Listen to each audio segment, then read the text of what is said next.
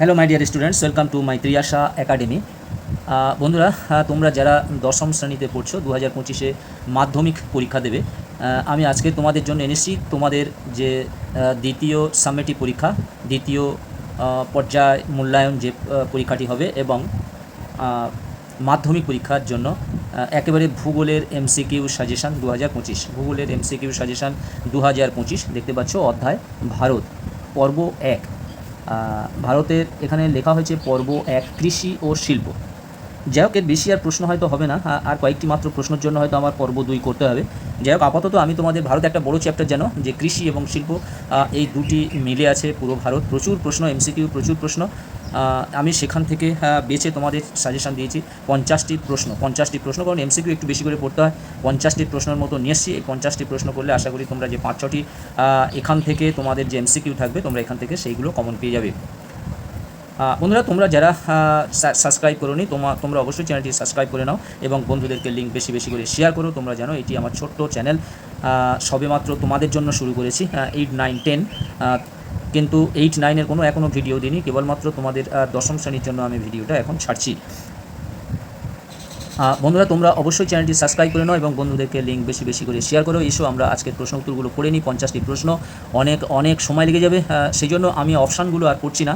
তোমাদের জাস্ট অ্যান্সারটা আমি বলে দিচ্ছি। আর এখানে দেখো অ্যান্সারের যেটা অ্যান্সার ঠিক সেই বক্সের মধ্যে একটা ঠিক চিহ্ন দেওয়া আছে। দেখো, একের দাগের প্রশ্ন, ভারতের নবীনতম রাজ্যটি হলো, উত্তর হবে তেলেঙ্গানা। এখানে অপশান দেখো, ছত্তিশগড়, তেলেঙ্গানা, কালিম্পং, পূর্ব বর্ধমান। অ্যান্সার হবে তেলেঙ্গানা।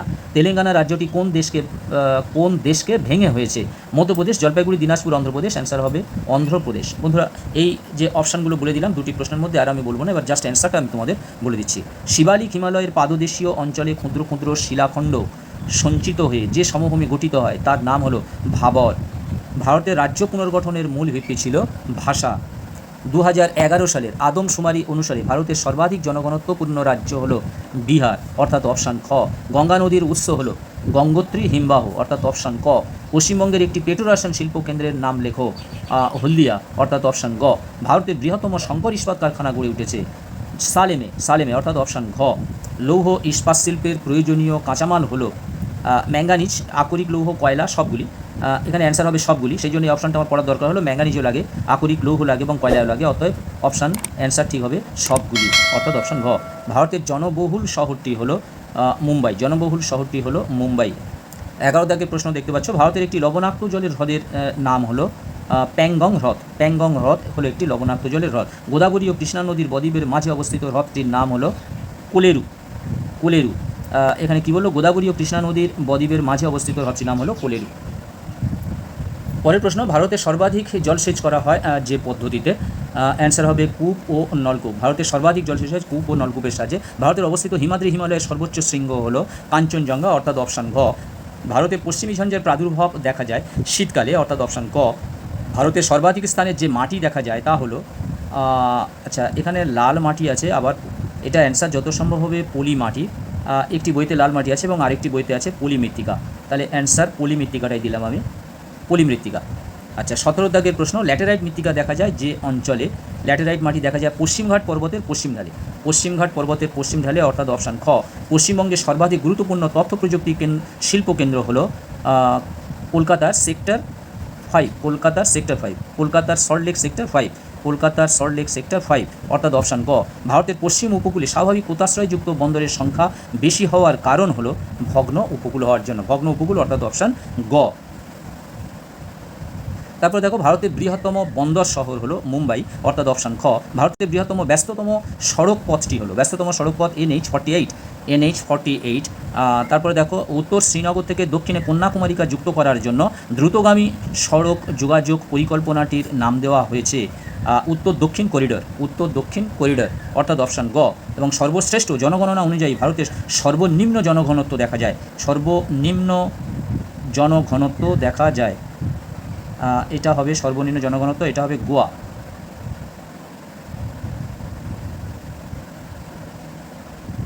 বন্ধুরা, তোমরা যারা চ্যানেলটি সাবস্ক্রাইব করোনি অবশ্যই তোমরা চ্যানেলটি সাবস্ক্রাইব করে নাও, বন্ধুদেরকে লিঙ্ক বেশি বেশি করে শেয়ার করো।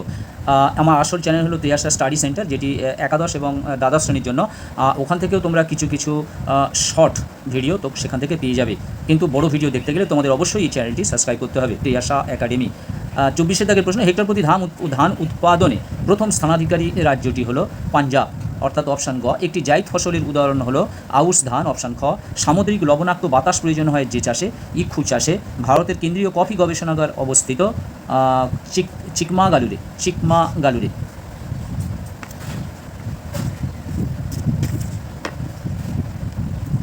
তারপরের প্রশ্ন দেখো, 28 দেখে, গম হলো একটি ড্যাশ শস্য, গম হলো একটি রবি শস্য।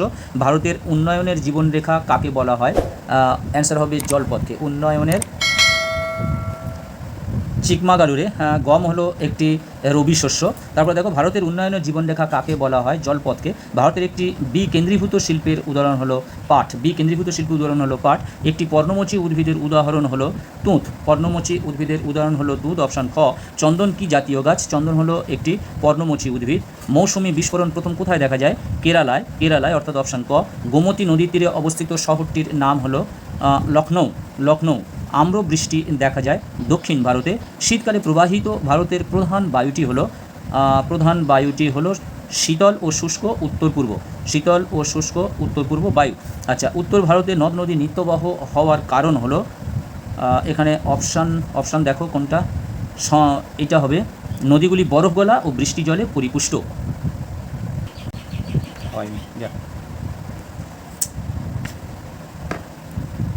এতক্ষণ ভুল বললো।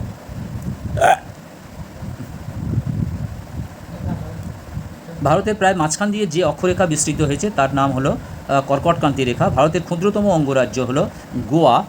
শিবালিক হিমালয়ের পাদদেশী অঞ্চলে ক্ষুদ্র ক্ষুদ্র শিলাখণ্ড সঞ্চিত হয়েছে, সমূহে গঠিত হয়েছে, তাকে বলে ভাবর। ভারতের মৃত্তিকা সংরক্ষণের একটি গৃহীত পদ্ধতি হলো ফালি চাষ। ভারতের কেন্দ্রীয় বনভূমি গবেষণা কেন্দ্রটি অবস্থিত হলো দেরাদুনে। ভারতের আদমশুমারি অনুযায়ী একটি শহরের ন্যূনতম জনসংখ্যা হলো 5,000 জন, অর্থাৎ খ। ভারতের জোয়ার উৎপাদনের প্রথম স্থান অধিকার করে মহারাষ্ট্র। ভারতের সিলিকন শহর বলা হয় বেঙ্গালুরুকে। ভারতের একটি করমুক্ত বন্দরের নাম কান্ডালা। ভারতের বৃহত্তম বহুমুখী নদী পরিকল্পনা হলো ভাকরানাঙ্গাল। ভারতের বৃহত্তম কয়েলের নাম হলো ভেম্বানাদ। এবং ভারত ও পাকিস্তানের মধ্যে সীমারেখাটির নাম হলো র্যাট ক্লিফ লাইন। এবং ভারতের ব্যস্ততম জাতীয় সড়ক, এটা ব্যস্ততম জাতীয় সড়ক, ভারতের ব্যস্ততম জাতীয় সড়কটির নাম NH7। বন্ধুরা, আজকের মতো ভিডিওটি এখানে শেষ করলাম। তোমরা যারা চ্যানেলটি সাবস্ক্রাইব করোনি অবশ্যই তোমরা চ্যানেলটি সাবস্ক্রাইব করে নাও, বন্ধুদেরকে লিঙ্ক বেশি বেশি করে শেয়ার করো। আজকের ভিডিওটি একটু বড় হয়ে গেছে কারণ 50টি প্রশ্ন। তোমরা সবাই ভালো থাকবে, আবার কথা হবে নেক্সট ভিডিওতে, এবং আমাকে খুব তাড়াতাড়ি ভিডিওর মাধ্যমে তোমরা দেখতে পাবে, আর একটু অপেক্ষা। আজকের মতো ভিডিওটি শেষ করলাম, আবার কথা হবে নেক্সট ভিডিওতে অন্য একটি সাবজেক্টকে নিয়ে। তোমরা সবাই ভালো থাকবে, সুস্থ থাকবে, তোমাদের সকলকে অশেষ ধন্যবাদ।